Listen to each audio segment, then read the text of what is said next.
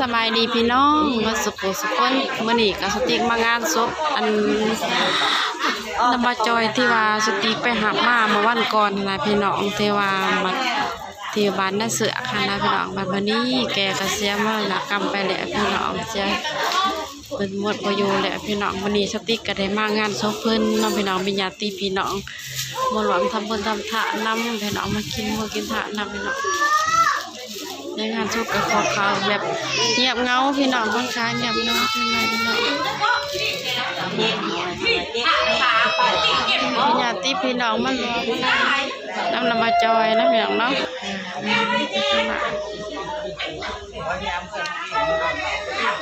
มื้อนี้ก็เป็นวันแบบวันสงกรานต์ของนำมาจอยเนาะพี่น้องที่ว่าผู้ใดติดตามคลิปของสติคลิปเก่าๆเนาะพี่น้องเนาะก็สิฮู้เนาะติ๊กมากที่ว่าเพิ่นตกต้นไม้นะพี่น้องมื้อนี้เพิ่นก็เสียแล้วพี่น้องบ่อยู่แล้วมื้อนี้สติกก็ได้มาสงกรานต์เพิ่นพี่น้องเอ้ยแสดงความเสียใจนำเด้อเราบ่จอยเด้อ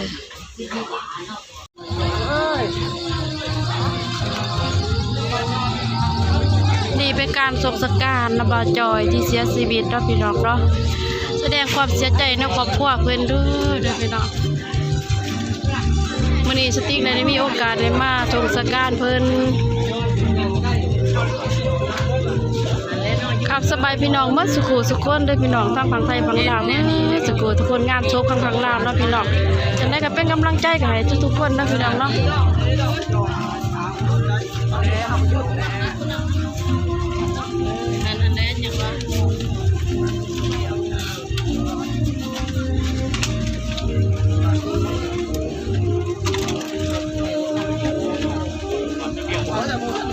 รถเชื่อรถแม่เท้าลูกกับรถกระบะทุกคนเกิดไม่ได้ไปเนื้อ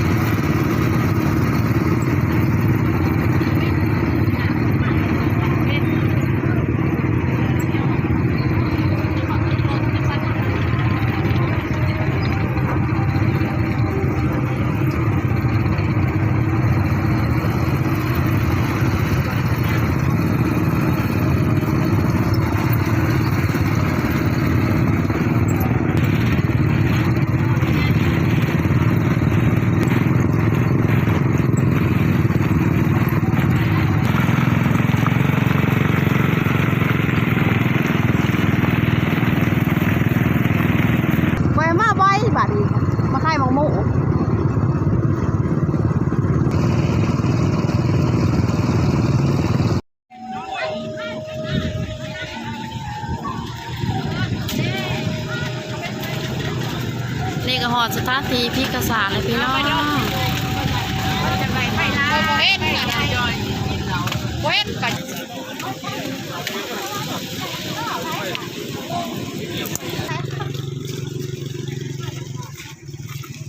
ธีกษาพี่น้องพิธีกษาแต่ก็ได้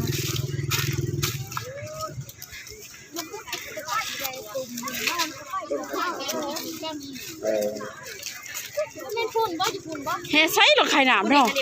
อุ่น โอ้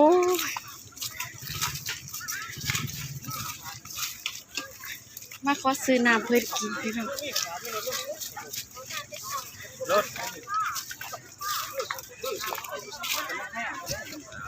เอาป้าเลยนะน้ำหนักใหญ่ก็ได้บุญรถน้ำเผา นี่ก็มาซื้อน้ำกินพี่น้องก็คือจังเจ้าภาพเขาจัดขึ้นแบบซื้อน้ำกินเนี่ยสิแจกน้ำแจกสังขนาดพี่น้อง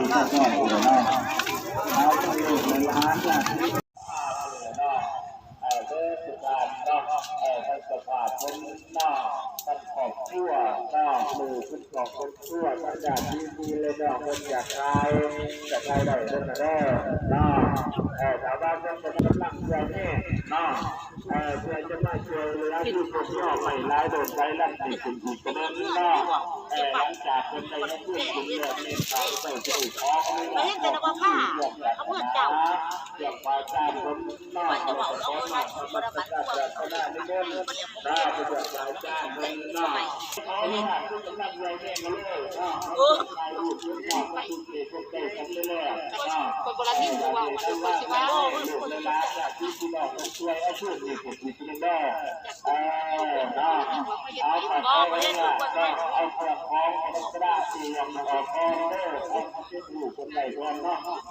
เราจะเข้าพูดกันเนาะ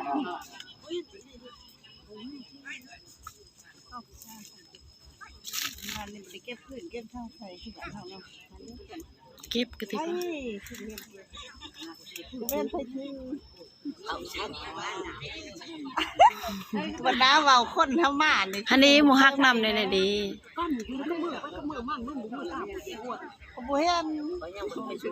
หลังจากเพื่อนเขาดูที่การดูที่ดี นี่ก็มาชมเทศกาลอบจพิธีสิเขาซบเมื่อไปเนาะจังได้ค่ะเชิญเลยค่ะเขาไปทำพิธีนะพี่น้องปาร์ตี้พี่น้องเอามาพอแสดงความยินดีพี่น้องการรองรับบริวารกรรมแล้วนะ เอาไปขอรับพระนาตาสุตาทำอุปาคุณอุปาสิกาเราผ่านเราใช้ได้จะที่พี่น้องที่ใส่เราใส่ต่อไปก็แม่สาวขอดูวิธีทำพุทธศาสนาเอาเด้อผมคุณอยากจะที่ผมคุณมวยตัวครูจะที่ตั้งใจเขาคือวิธีทำพุทธศาสนาตั้งจิตตั้งใจแล้วก็พอที่จะในยอดวิญญาณเรื่องดอกดอก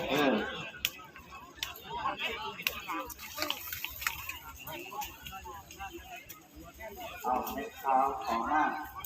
เม็ดเท้าก็เสนอเด้อเกี่ยวกับแม่เม็ดเท้าก็เกิดนี่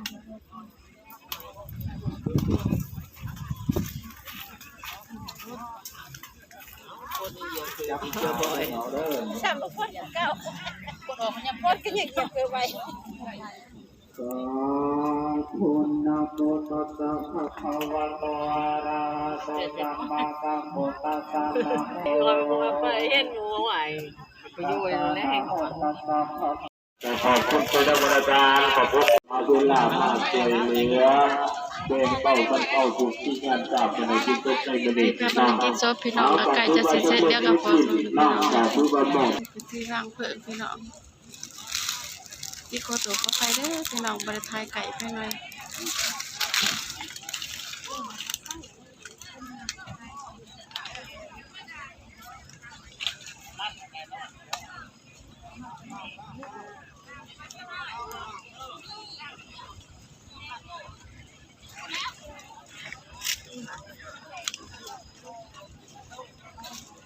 กระบาด ได้สลัด มาไปที่งานซุประบาจอยพี่น้องเด็ดก็ฮ้อนหอน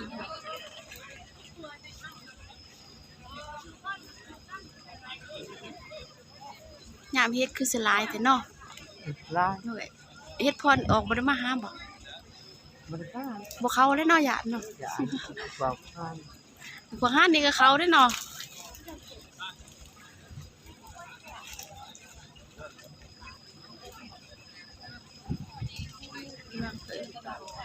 ที่เผาศพแล้วพี่น้อง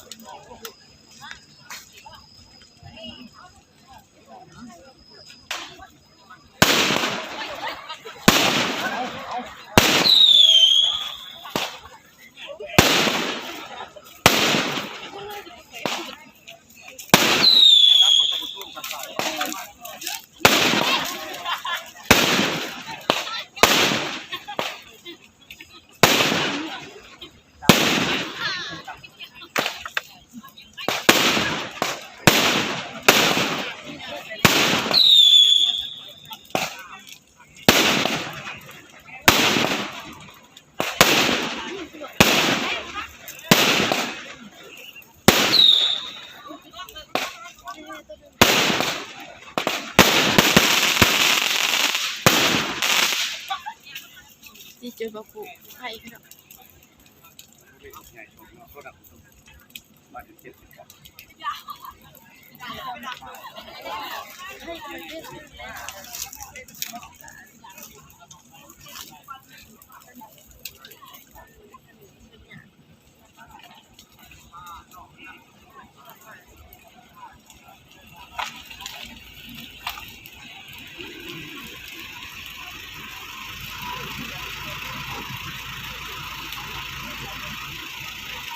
นี่จะเป็นที่สิ้นงานศพของลำบากจอยพี่น้องสติกรรมศพสการน้ำเพิ่น